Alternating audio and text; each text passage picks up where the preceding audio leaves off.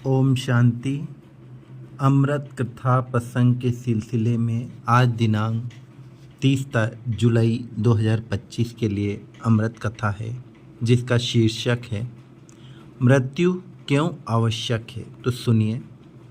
हर कोई मृत्यु से डरता है, लेकिन जन्म और मृत्यु सृष्टि के नियम हैं। यह ब्रह्मांड के संतुलन के लिए आवश्यक हैं। इसके बिना मनुष्य एक दूसरे पर हावी हो जाते। कैसे? चलिए इस कहानी के माध्यम से जानते हैं। एक बार एक राजा एक संत के पास गया, जो राज्य के बाहर एक पेड़ के नीचे बैठे थे।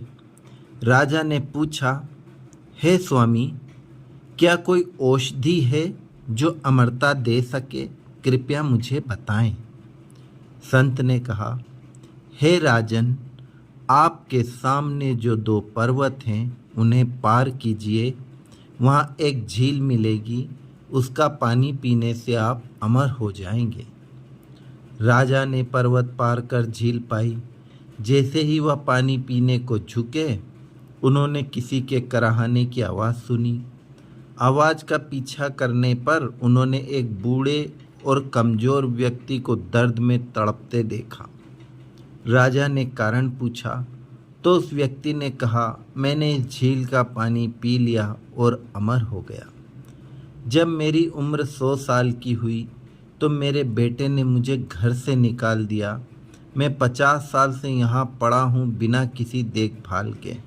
मेरा बेटा मर चुका है और मेरे पोते अब बूढ़े हो चुके हैं। मैंने खाना पीना बंद कर दिया है, फिर भी जीवित हूँ। राजा ने सोचा, बुढ़ापे के साथ अमरता का क्या फ़ायदा? अगर मैं अमरता के साथ यौवन भी प्राप्त कर सकूं तो? राजा वापस संत के पास गए और समाधान पूछा। कृपया मुझे अमरता के साथ यौवन प्राप्त करने का उपाय बताएं। संत ने कहा, झील पार करने के बाद आपको एक और पर्वत मिलेगा, उसे पार करिए। और एक पेड़ मिलेगा जिस पर पीले फल लगे होंगे। उन फलों में से एक खा लीजिए और आपको अमरता के साथ यौवन भी मिल जाएगा। राजा ने दूसरा पर्वत पार किया और एक पेड़ देखा जिस पर पीले फल लगे थे। जैसे ही उन्होंने फल तोड़ने के लिए हाथ बढ़ाया, उन्हें तेज बहस और लड़ाई की आवाज़ें सुनाई दी। उन्होंने सोचा, इस सुनसान जगह में कौन झगड़ सकता है? राजा ने 4 जवान आदमियों को ऊंची आवाज़ में झगड़ते देखा। राजा ने पूछा, तुम लोग क्यों झगड़ रहे हो?